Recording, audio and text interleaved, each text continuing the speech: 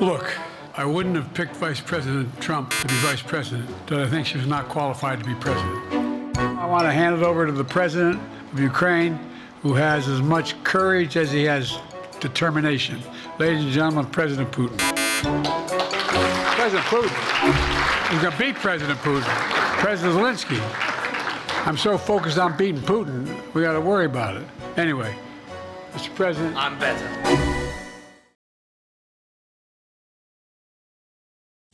That's Joe Biden, the President of the United States of America, making daily headlines for his gaffes. The latest set came yesterday at an important press conference. Biden's team had billed it a big boy presser, where all concerns about the president's health should have been laid to rest. It was planned in the perfect setting. During the NATO Summit, when all key allies of the US would be present and journalists from around the world would cover it. It was indeed a good opportunity, but Biden blew it again. He spoke for an hour, covered a lot of ground from foreign policy to economy to politics to the election, but none of those things made news. What stood out were the president's blunders and the reactions of world leaders around him.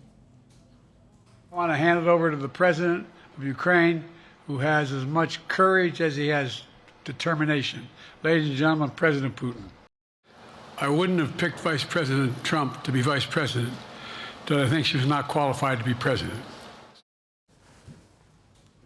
Their faces said it all. It's as if they were trapped in a nightmare, hoping for it to end. Biden's performance triggered a flood of bad press. Newspapers around the world have been talking about his gaffes. Look at some of the headlines. Toe-curling moment. Biden introduces Zelensky as Putin. Biden vows to complete the job despite stumbles.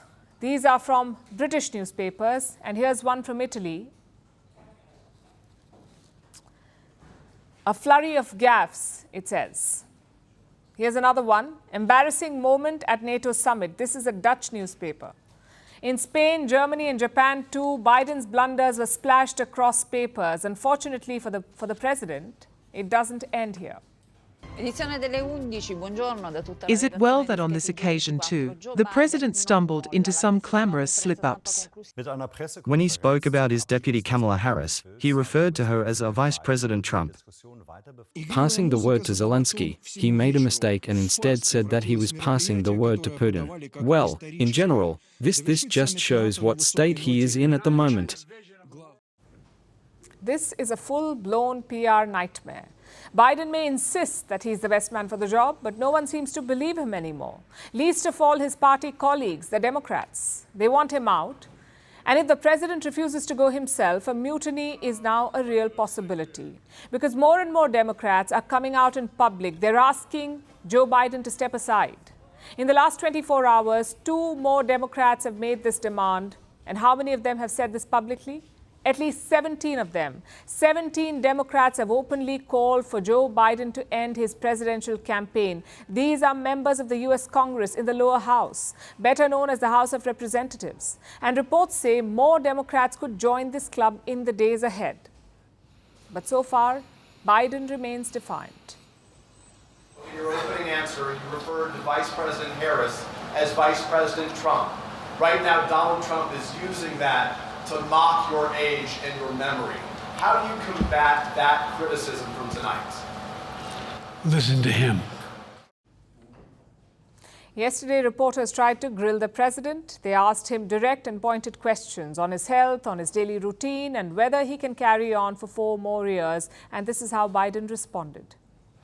Instead of my every day starting at 7 and going to bed at midnight, it'd be smarter for me to pace myself a little more.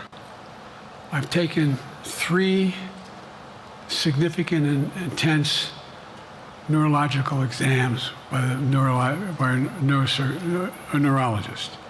I'm tested every single day about my neurological capacity to do decisions I make every day. And every single day I'm surrounded by good docs. If they think there's a problem, I promise you, or even if they don't think it's a problem, they think I should have a neurological exam again, Joe Biden tried to mount a strong defense, but it doesn't make his situation better. And forget about the presidential bid for a moment. Look at his current official status. He is the sitting President of the United States of America, having to explain if he is getting enough sleep, having to share when he goes to bed, when he wakes up, what kind of neurological exams he takes or should take, what his medical reports say. He is being grilled about all of this. Would you vote for such a candidate? And while his age has been a point of concern for a while, his health became the biggest election issue after the debate. It was a disaster for the president. It completely derailed his campaign and crashed his popularity. He's trying very hard to recover, but honestly, it's now painful to watch. Not just for the Democrats, but for America's allies too. Take a look at this video from the NATO Summit.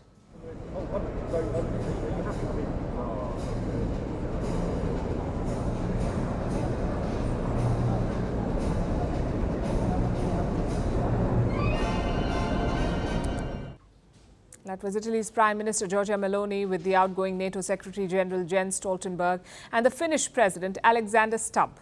Reports say they were waiting for Joe Biden. The president was running late. Meloni seems a bit annoyed, rolling her eyes and pretending to look at her watch. Some others were more forgiving. Of course, we can all have a slip of the tongue. I don't hide my preference. Certainly, as a president and a progressive, I prefer Biden as president of the United States. Slips of tongue happen, and if you always monitor everyone, you will find enough of them. But this vote of assurance is not helping Joe Biden. The attacks continue both from his political and geopolitical rivals. Donald Trump, of course, was quick to attack. "Great job, Joe," he said on his social media platform Truth Social. And the Russians aren't holding back either. I mean his statements regarding President Putin. This is unacceptable for us, and we don't think it in any way makes an American head of state look good. Biden is now a source of international embarrassment, both for his party and his country. His re-election campaign is clearly imploding. But he's too stubborn to step aside. Either way, a Democratic victory now looks tough, with or without Joe Biden as the candidate. Climate change is on our doorstep. It's time for a revolution to take root. And it starts with 1.4 billion Indians. It starts with one tree. One tree for humanity. One tree for Mother Earth. One tree for a future. Project One Tree, a News 18 network initiative.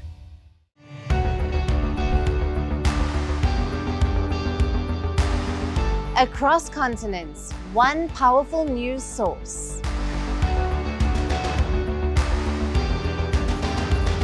Bringing you diverse perspectives on the issues that matter.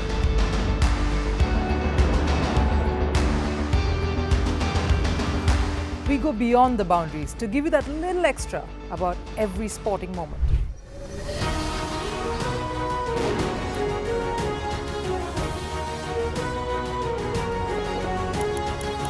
So thank you for making Firstpost 5 million strong. We're counting on your support, and you can trust us to bring you the news unfiltered and unvarnished.